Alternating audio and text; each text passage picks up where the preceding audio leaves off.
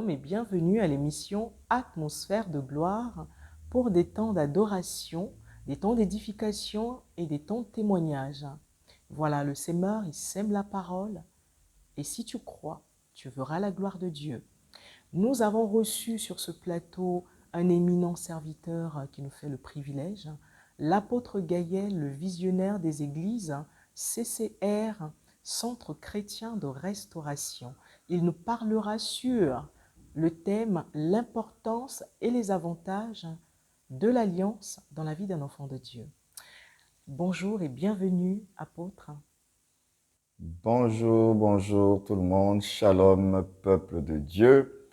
C'est votre serviteur, l'apôtre Gaël Ebagatse, responsable principal de la famille des églises de Centre chrétien de restauration. Donc, je suis marié, père de 5 enfants, écrivain, conférencier, entrepreneur. Donc, par la grâce du Seigneur, nous sommes là dans cette émission pour aborder justement cette merveilleuse thématique qui concerne l'importance et les avantages de l'alliance sur la vie d'un enfant de Dieu. Alors le sujet, il est très pertinent pour la simple et bonne raison, c'est que le sujet de l'alliance est un sujet qui est de Dieu. Parce que c'est Dieu qui est l'initiateur des alliances, ce n'est pas quelqu'un d'autre. C'est Dieu qui met en place les alliances. Et nous allons remarquer que de l'ancienne alliance jusqu'à l'arrivée de Jésus, Dieu fonctionne toujours avec le principe des alliances. Donc c'est pourquoi nous comprenons que l'alliance est déjà un sujet important parce que Dieu ne travaille pas sans le cadre de l'alliance. Donc c'est un cadre dans lequel les hommes fonctionnent avec Dieu.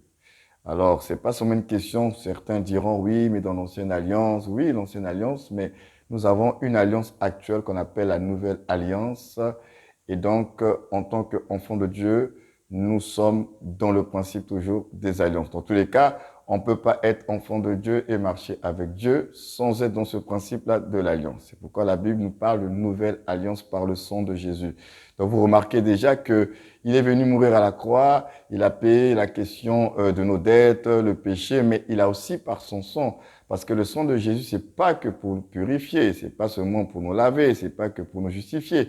Le sang de Jésus, c'est également pour nous introduire dans ce qu'on appelle la nouvelle alliance. Donc Dieu tient vraiment à ce que l'on comprenne qu'on ne peut pas marcher, vivre avec le Seigneur sans la question d'alliance. Donc c'est pourquoi l'alliance est importante parce que l'alliance, c'est le cadre de fonctionnement entre l'humain et le divin.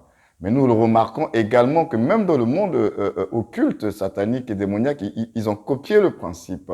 Parce que pour réussir, entre guillemets, dans cette vie sans être en Christ, les gens sont dans des alliances. Et ce sont ces alliances-là, ces accords, ce protocole de fonctionnement qui conduit la vie et la destinée de ces personnes-là.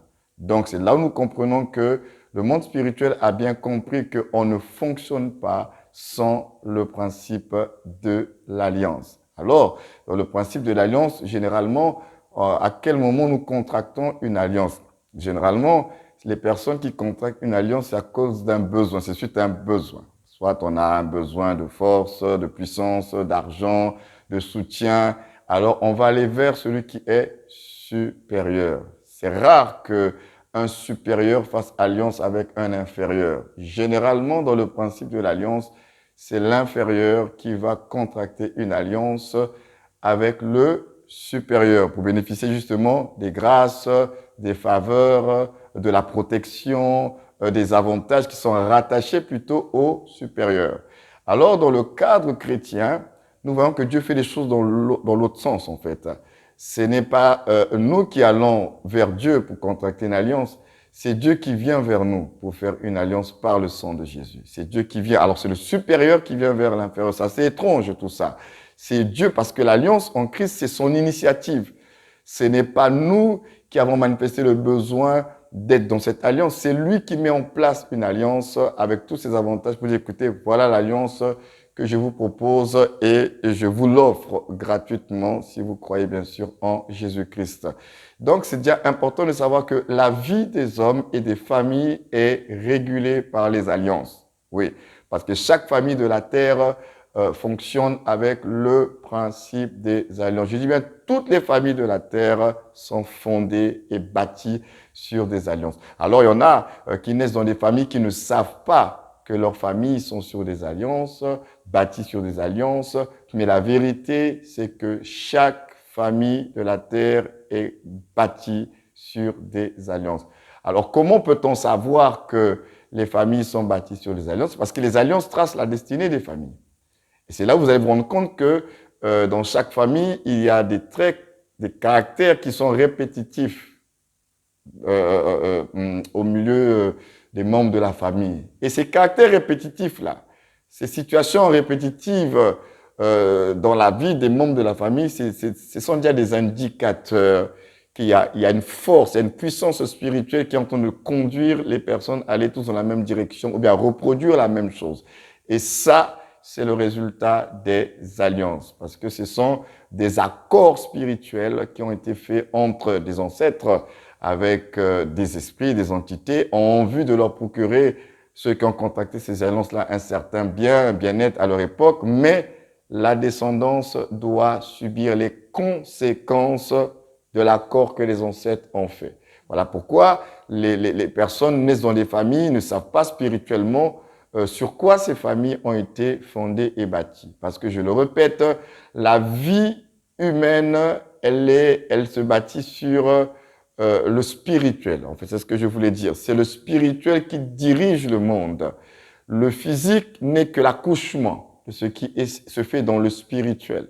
Donc, quand nous vivons certaines choses dans le physique, dans le monde matériel, c'est parce que la source, elle est spirituelle. Ce n'est pas dans l'autre sens. Ce n'est pas le physique qui influence le spirituel, c'est le spirituel qui influence le physique. Donc, tout ce qui se passe dans nos vies, c'est à une source qui est spirituelle. Voilà pourquoi ces personnes-là, lorsqu'elles naissent dans ces familles, elles ne savent pas que spirituellement, la famille est déjà, elle est déjà minée. Spirituellement, la famille est déjà livrée à des entités, à des esprits.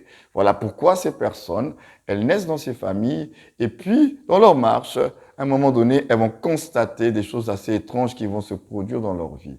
Et les constats qu'elles vont faire, elles vont se rendre compte que c'est la même chose qui se passait dans la vie de X ou Y membre de la famille. Mais pourquoi je refais la même chose? Pourquoi je vis la même chose? Mais tout simplement parce que vous êtes né dans une famille qui est sous la direction d'esprits qui, eux, opèrent à cause des alliances qui ont été contractées de façon légale par nos ancêtres qui ont livré la descendance. Donc, on comprend bien que la terre entière est sous la puissance de Satan et que les familles de la terre sont sous des alliances. Alors, le principe des alliances, aujourd'hui, on peut le nommer, beaucoup vont vous parler des autels et tout ce qui va avec. C'est la même chose, parce que quand nous parlons des autels, on ne peut pas parler d'autel sans parler de sacrifice. Et on ne peut pas parler de ces sacrifices sans parler d'alliance. Donc, tout est lié. Quand on aborde le sujet des alliances, on est obligé de toucher le sujet des autels parce que c'est la même chose. Donc, c'est pourquoi ils vont comprendre que c'est très sérieux, cette affaire des alliances, parce que ça peut rendre fort comme ça peut rendre faible.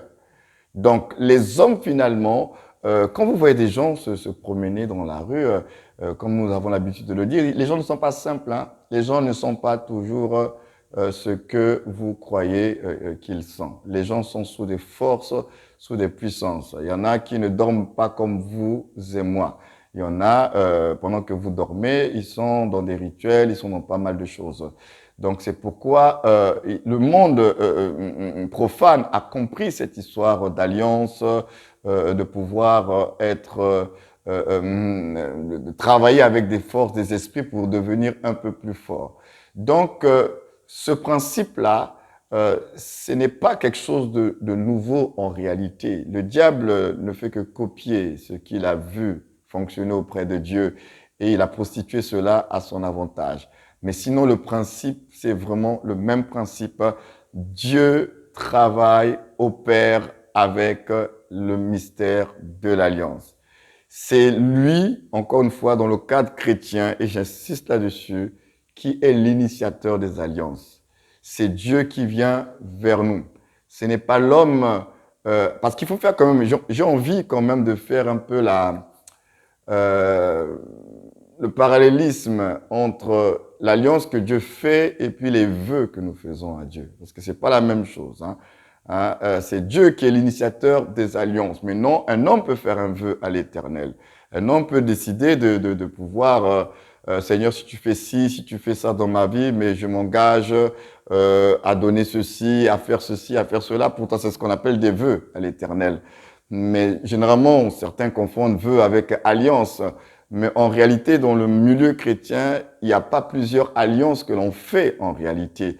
Nous n'avons qu'une seule alliance, c'est celle que nous avons en Christ Jésus, et c'est Dieu qui en est l'initiateur. Maintenant, de l'autre côté, nous allons faire des vœux dans la marche avec Dieu, un peu comme à l'époque, le Père Jacob, il dit à l'Éternel, si tu fais ceci, si tu fais cela, si je trouve grâce à tes yeux, alors je ferai ceci pour toi.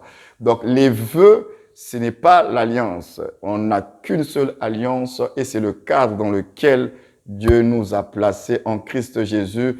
Et c'est à travers ce cadre-là que nous recevons toutes les provisions de Dieu, toute l'assistance de Dieu, parce que Dieu va opérer avec ceux qui font partie de l'alliance en Christ Jésus. Donc tout ce que nous pouvons recevoir de Dieu, c'est parce que nous sommes en Christ et c'est parce que nous sommes dans cette alliance.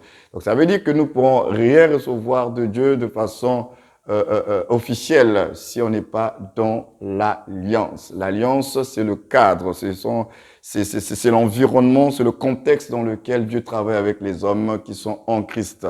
Donc, si nous ne sommes pas en Christ, si nous n'avons pas cru en Jésus-Christ, nous ne pouvons pas espérer avoir grand-chose de la part de Dieu, parce que Dieu travaille avec l'alliance. Même quand Dieu nous parle, mais il faut toujours comprendre que nous devons entrer dans le principe de son alliance. Vous voyez, il y a une histoire dans la Bible. Dieu a appelé un monsieur, un homme qu'on appelle Moïse. Moïse, c'était son serviteur. Dieu l'a appelé, mais après lui avoir donné son ordre de mission, que ce sera son instrument, etc. Mais la nuit même, là, la Bible dit que Dieu est descendu pour tuer Moïse. Alors, ça fait peur quelquefois quand on lit ce genre de texte-là. Parce que il n'y avait pas le signe de l'alliance. Il n'y avait pas le signe. Vous savez, croire en Dieu et marcher avec Dieu, c'est deux choses totalement différentes. Donc, il avait reçu son mandat de Dieu, mais non, quand il a reçu le mandat de Dieu, normalement, il aurait dû se conformer maintenant aux exigences, comment on marche avec Dieu. Alors, parce que Dieu avait dit à Abraham que sa descendance devra porter sur elle, notamment les fils, les premiers, devraient porter la marque de l'alliance avec Dieu qui est la circoncision. Et dans la famille de Moïse, il n'y avait pas cette marque-là. Le fils de Moïse n'était pas circoncis et donc pour Dieu, il n'était pas propre de continuer à marcher avec un homme qui n'avait pas rejoint, s'il faut le dire ainsi, le principe, le cadre de l'alliance. Donc on voit bien dans cette histoire que même si Dieu appelle quelqu'un, cette personne doit veiller à ce que elle va se conformer au principe de l'alliance de Dieu. Pourquoi je le dis? Parce que l'appel de Dieu ne commence pas quand on se convertit. Ça, c'est important de le savoir. Dieu nous appelle et il nous avait choisi avant la fondation du monde. Donc, ce n'est pas une affaire parce que je suis devenu chrétien. L'appel, c'est avant. Mais non, quand on se convertit, on doit se conformer à tout ce qui concerne cet appel-là. Parce que Dieu a mis quand même des garde-fous. Dieu a quand même un protocole qu'il a mis en place. Donc, c'est à nous de retrouver le protocole de Dieu, mais en même temps, ce protocole, il n'est pas compliqué.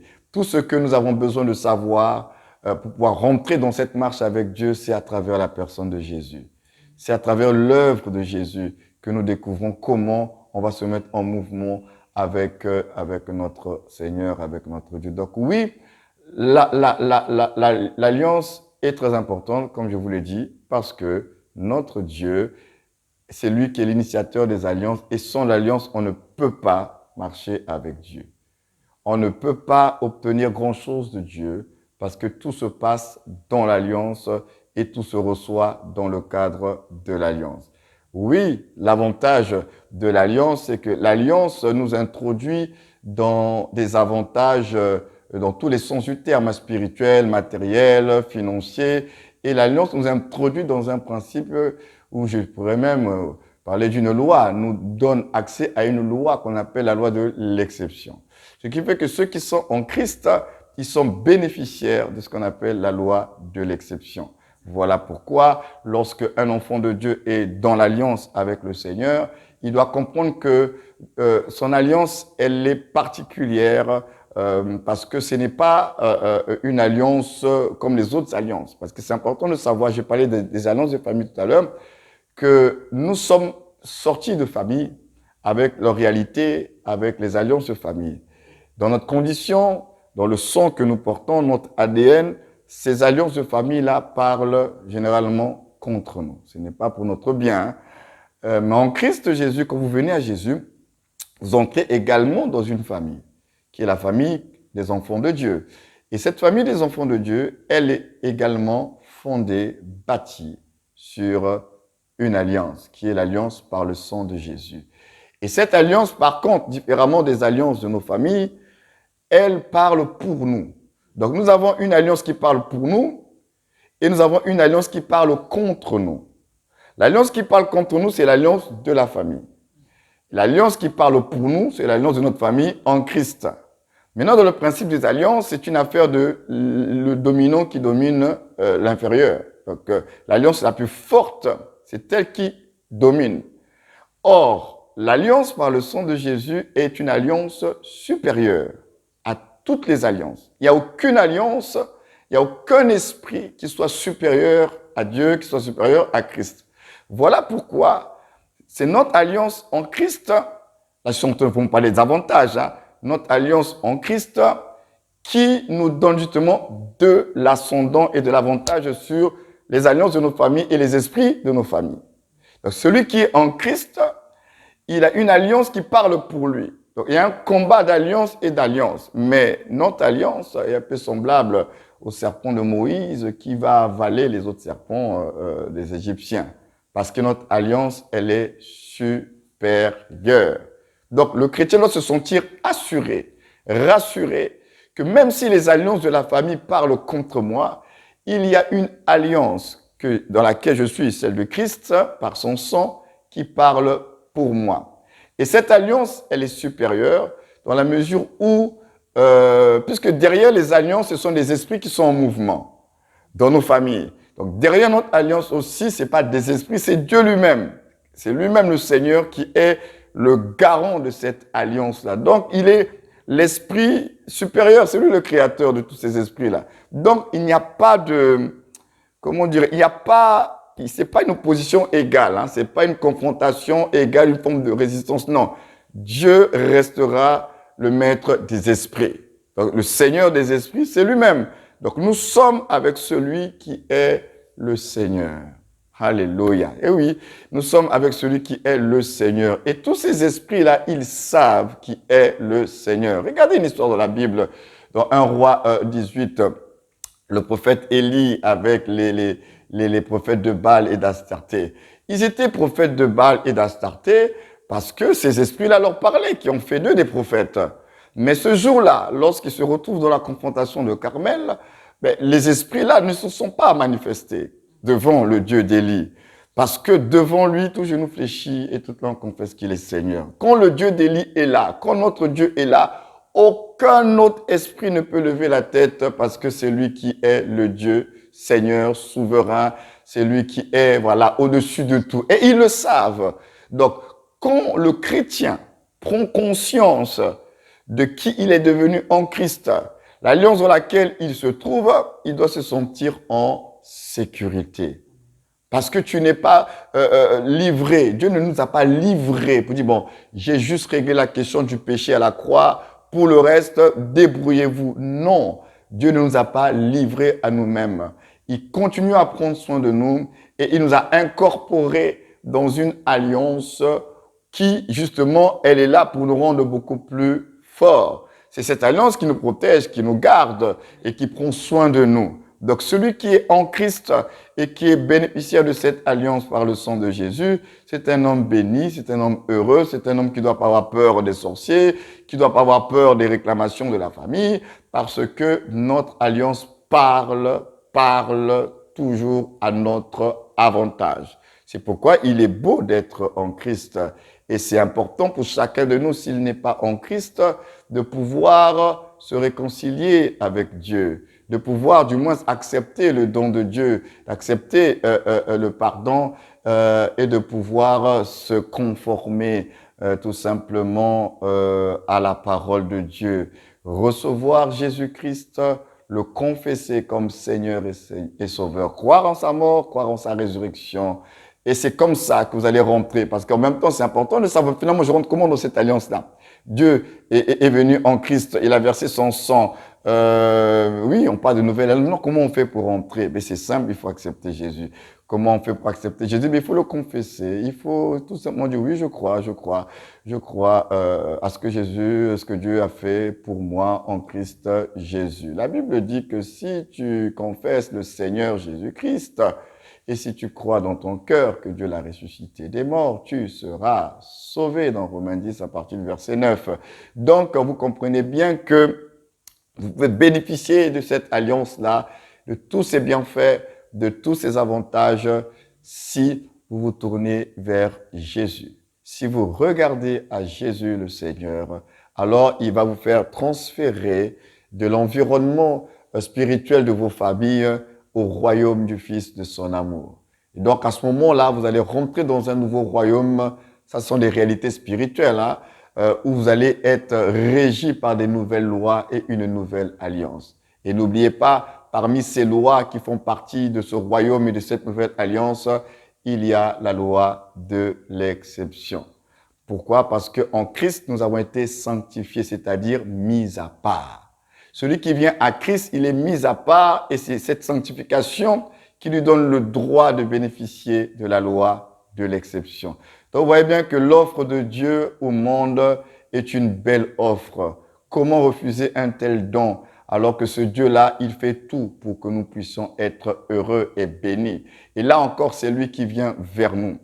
Il n'attend même pas que nous venons à lui. Il est venu à nous en la personne de Jésus de Nazareth, nous tendre la main parce qu'il veut que nous puissions passer de toutes ces souffrances, ces blocages, ces malédictions, ces condamnations de nos familles, que nous puissions être transférés dans le royaume du Fils de son amour, royaume de liberté, hein, où nous puissions véritablement être nous-mêmes et accomplir ainsi notre destinée en Christ sur la terre des hommes. Donc, vous êtes bénis, vous qui avez suivi ce petit moment de partage.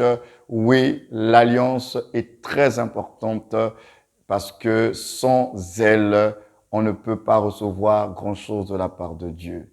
Dieu est prêt à déverser tout ce qu'il peut déverser, mais seulement et si nous sommes dans cette alliance. Vous savez, même dans le mariage, c'est la même chose, hein. On bénéficie de certains avantages quand on est marié parce qu'on porte le nom de son époux et avec tous les avantages qui vont avec. En Christ Jésus, celui qui est en Christ, il entre dans une alliance. Et c'est cette alliance qui vous donne le droit de recevoir de Dieu. Vous portez le nom du Seigneur. Spirituellement, on sait maintenant que vous êtes de Dieu. Et donc, vous êtes dans une autre législation. Alors, on passe d'un régime, hein, sur le plan naturel, on est célibataire, après on devient marié, on change de statut. Ben, effectivement, c'est ça l'alliance. L'alliance change les statuts, l'alliance repositionne, l'alliance change les destinées. Que Dieu vous bénisse et je vous dis encore une fois, shalom, shalom les amis. Merci. Nous sommes arrivés au terme de cette émission. Merci d'avoir été très nombreux à nous suivre. Sur ce, nous vous disons à la prochaine émission. N'oubliez pas de liker, de partager et de laisser surtout les commentaires. Paix et grâce sur vos vies. Shalom.